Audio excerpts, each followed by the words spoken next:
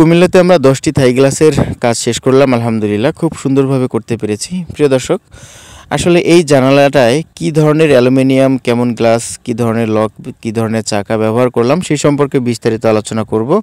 আর এই ভিডিওটি সম্পূর্ণ দেখলে আপনারও নতুনভাবে সুন্দরভাবে একটা ধারণা চলে আসবে। আপনার এই কাজের মধ্যে গোপন কোনো কিছু থাকবে না, সব কিছু জানা হয়ে যাবে। তো প্রিয় দর্শক, দেখতে থাকুন। প্রিয় দর্শক, তো আসলে এখানে যে অ্যালুমিনিয়ামটা ব্যবহার করা হয়েছে এটা হচ্ছে কাই কোম্পানির এ গ্রেডের অ্যালুমিনিয়াম।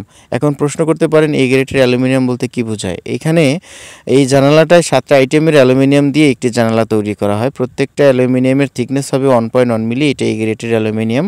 তাছাড়া একটি মাল 18 ফিট এবং 21 ফিট নতুনভাবে তৈরি হয় কোম্পানি থেকে। প্রত্যেকটা মালে খোদাই করা সিল থাকে। এই খোদাই করা সিল দেখেই আপনারা বুঝতে পারবেন যে এটা এ গ্রেডের অ্যালুমিনিয়াম। প্রিয় দর্শক, তো এইখানে 3 ইঞ্চি ফ্রেম ব্যবহার করা হয়েছে। 2টি গ্লাসের পাল্লা আছে, এখানে 2টি গ্লাসের পাল্লা থাকবে। আর এইখানে যে গ্লাসটা ব্যবহার করা হয়েছে এটা হচ্ছে নাসির কোম্পানির green mercury 6 milli glass. Nasir কোম্পানির 6 মিলি গ্লাস। আসলে একটি থাই গ্লাসের জানালা তৈরি করার জন্য কিন্তু সর্বোচ্চ মোটা গ্লাস হচ্ছে 6 মিলি। তো আপনারা যারা থাই গ্লাস লাগাবেন বলে ভাবছেন তারা কিন্তু সবসময় 6 মিলি ব্যবহার করবেন। অনেক ব্যবসায়িক অনেকেই বলে যে 6 মিলি গ্লাস তৈরি হয় না, তারপর 5.5কে 6 মিলি বলে চালায়া দেয়।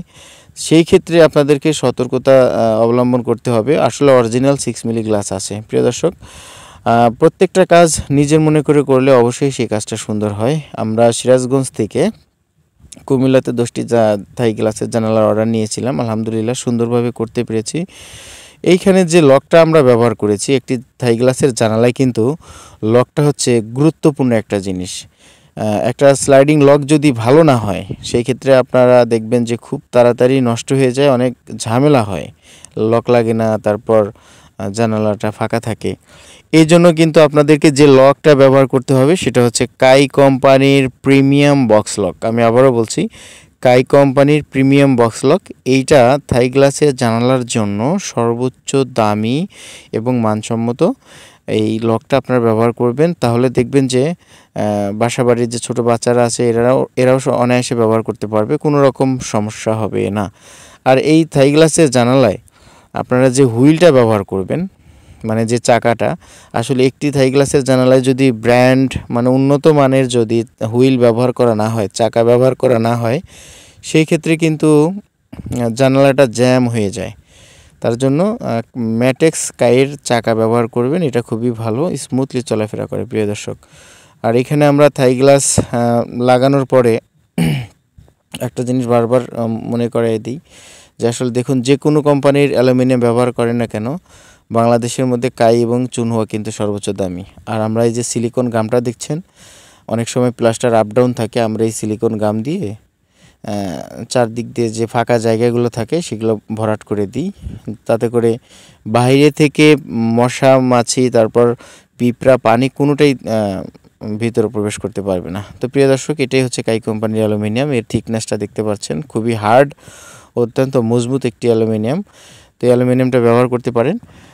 তো প্রিয় দর্শক, এই জানালাটায় প্রতি স্কোয়ার ফিট খরচ হয়েছে 470 টাকা প্রতি স্কোয়ার ফিট খরচ হয়েছে, মাস্কিউটার নেট পাল্লা ছাড়া। এখানে শুধু 2টি গ্লাসের পাল্লা আছে। আর নিখুঁতভাবে ফিনিশিং দেওয়ার চেষ্টা করেছি, চারদিক দিয়ে একদম ফাঁকা জায়গা রাখিনি। তো আমরা বাংলাদেশের সব জায়গায়, যে কোনো জায়গায় গিয়ে কাজ করে থাকি। যারা প্রবাসী আছেন তারা আমাদের সাথে যোগাযোগ করতে পারেন, দেশে থেকেও যে কেউ আমাদের যোগাযোগ করতে পারেন। আমরা বাংলাদেশের যে কোনো প্রান্তে গিয়ে কাজ করে থাকি। যারা সুন্দর করে বাড়ি করেছেন, সুন্দরভাবে কাজ করায় নিতে চান, কাজের আগে কোনো অ্যাডভান্স নিব না, আমাদের সাথে যোগাযোগ করবেন, আমরা পৌঁছে যাব আপনার পছন্দের মালামাল নিয়ে।